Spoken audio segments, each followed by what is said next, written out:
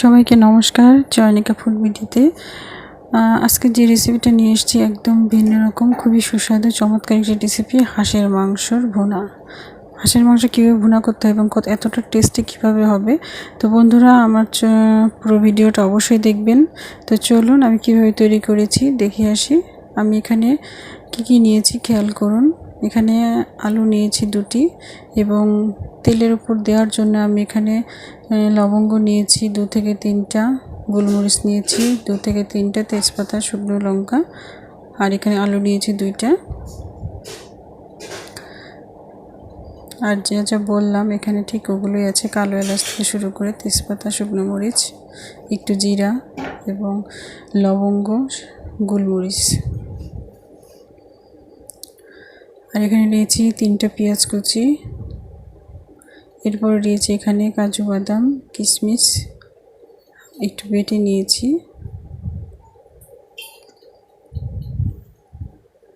সাদা এলাচ সহ। আর এখানে নিয়েছি আদা বাটা, জিরে বাটা, রসুন বাটা, পেঁয়াজ বাটা এবং শুকনো লঙ্কা। আর এখানে নিয়েছি হলুদ এবং ধনে গুঁড়ো। আর এখানে মাংস নিয়েছি 1 কেজি মাংস। এবার আমি মাংসটাকে পরিষ্কার করে সুন্দর করে ধুয়ে নিয়েছি। এবার আমি মশলাগুলো এক এক করে দিয়ে পরিমাণ মতো প্রথমে স্বাদ মতো লবণ দেব, 1 চা চামচ, যেহেতু এখানে আমি 1.5 চামচ দিয়েছি। আর এখানে পরিমাণ মতো আমি যে 1 কাপ মানে 1 চা চামচ করে নিয়েছি, সব এগুলো একসাথে মেখে নেব। শুধু একটু রসুন বাটাটা রেখে দেব, অর্ধেকটা দিয়ে পুরোটা মেখে নেব। এরপর আমি হলুদ দিচ্ছি এবং ধনে গুঁড়ার যেটা রেখেছি এটা অল্প একটু রেখে দিচ্ছি।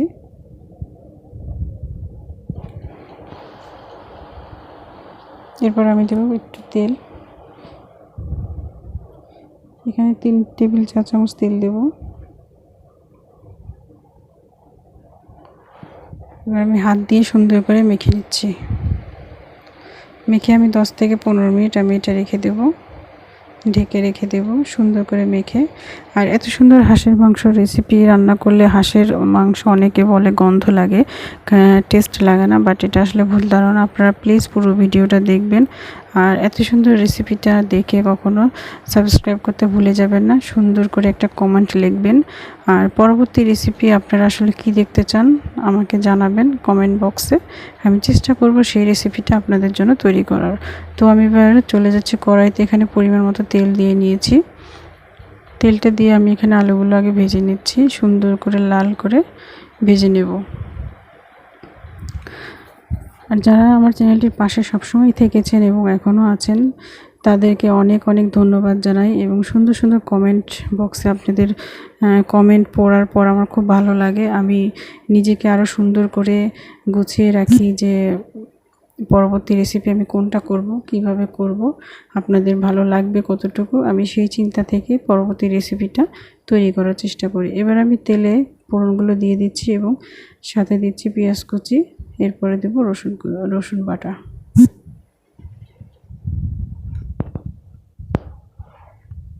তো বন্ধুরা, আশা করি আমার চ্যানেলটি অবশ্যই সাবস্ক্রাইব করবেন এবং পাশে থাকবেন।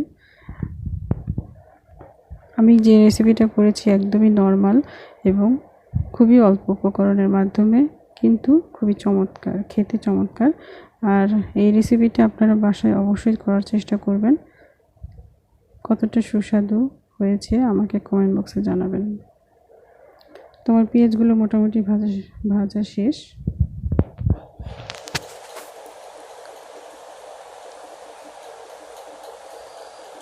যারা এখনও আমার চ্যানেলটি সাবস্ক্রাইব করতে ভুলে গেছেন অবশ্যই সাবস্ক্রাইব করে নেবেন এবং লাইক দেবেন। আর ভালো লাগলে অবশ্যই শেয়ার করবেন, বেশি বেশি করে শেয়ার করবেন। এবার আমি রসুন বাটাটা দিয়ে একটু ভেজে নেব। আসলে হাঁসের মাংস কিন্তু সত্যিই অনেক টেস্টি একটি রেসিপি, খেতে অনেক মজা লাগে। আমার পেঁয়াজগুলো কিন্তু লালচে কালার হয়ে গেছে, এবার এই মাংসটা ছেড়ে দেব।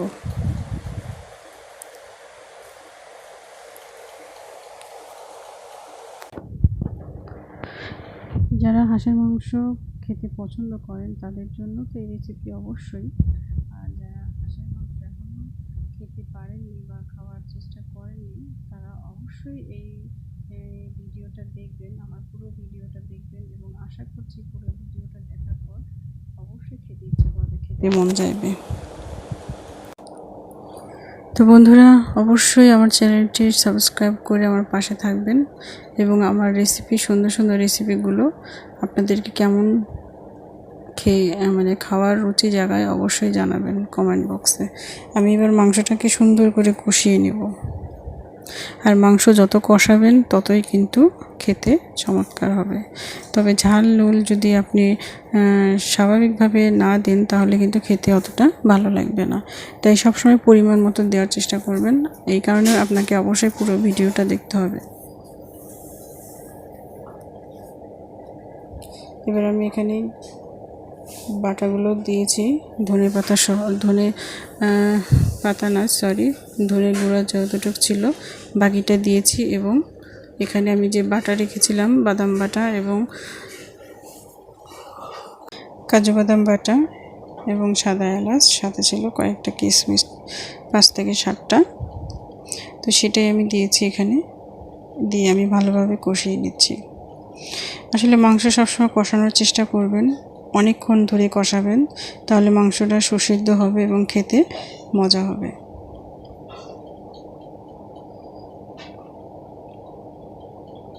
আমি এবার ঢেকে দিলাম, ঢেকে কিছুক্ষণ রাখবো।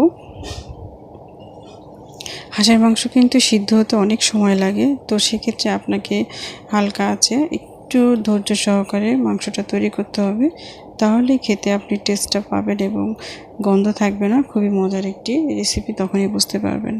তো আমার কষানো হয়ে যাওয়ার পর আমি এখানে পানি দিয়ে কিন্তু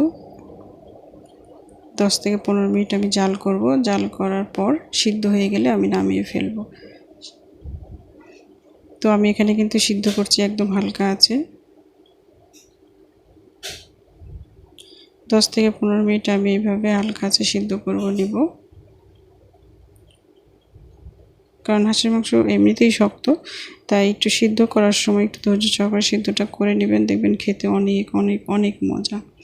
আর আমার চ্যানেলে যারা সবসময় আমার রান্নাগুলো দেখে আসছেন তাদের কাছে অনুরোধ থাকবে আপনারা বেশি বেশি করে শেয়ার করবেন, যেন আমার রেসিপিগুলো অনেকের কাছে পৌঁছে যায় এবং আরও নতুন নতুন কী রেসিপি দেখতে চান আপনারা অবশ্যই আমাকে জানাবেন।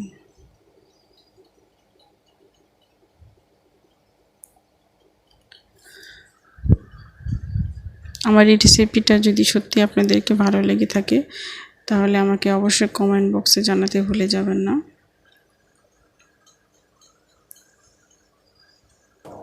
তো হয়ে গেছে কিন্তু মোটামুটি। এবার আমি এখানে কাঁচামরিচ দিয়ে দিচ্ছি, 7 থেকে 5টা কাঁচামরিচ দিয়ে আবার নেড়েচেড়ে আবার ঢেকে দেবো এবং সুন্দর করে কষিয়ে নেব। কষিয়ে নিতে আসলে যতটুকু সময় লাগে ততটুকুই কষিয়ে নেব।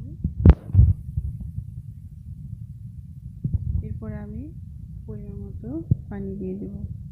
পানি দেওয়ার পর আমি এটা ভালো করে 10 থেকে 15 মিনিট ফুটিয়ে নেব, যাকে বলে আসলে সুসিদ্ধ করা হয়ে গেলে আমি নামিয়ে ফেলবো। আমি এখানে 1 চা চামচ ঘি দিয়েছি সর্বশেষ।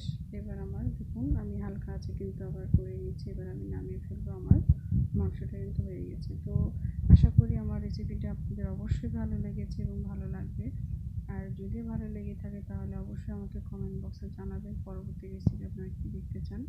আর আমার জন্য দোয়া করবেন। আমার চ্যানেলটির পাশে যারা থাকেন সবসময় তাদেরকে অনেক অনেক থ্যাঙ্কস। আমি সব শেষে কিন্তু আবার 1 চা চামচ জিরে গুঁড়ো দিয়েছি। দেখুন কালারটা কতটা দারুণ হয়েছে, কতটা মজা হয়েছে খেতে। এটা আপনারা যখন বাসায় করবেন অবশ্যই বুঝতে পারবেন। তো আমি এখানে একটি পাত্রে নামিয়ে নিচ্ছি। দেখুন হাঁসের মাংস ভুনা আসলে অনেক টেস্টি একটি খাবার, আর দুপুরের খাবারের জন্য এটা একটা পারফেক্ট খাবার।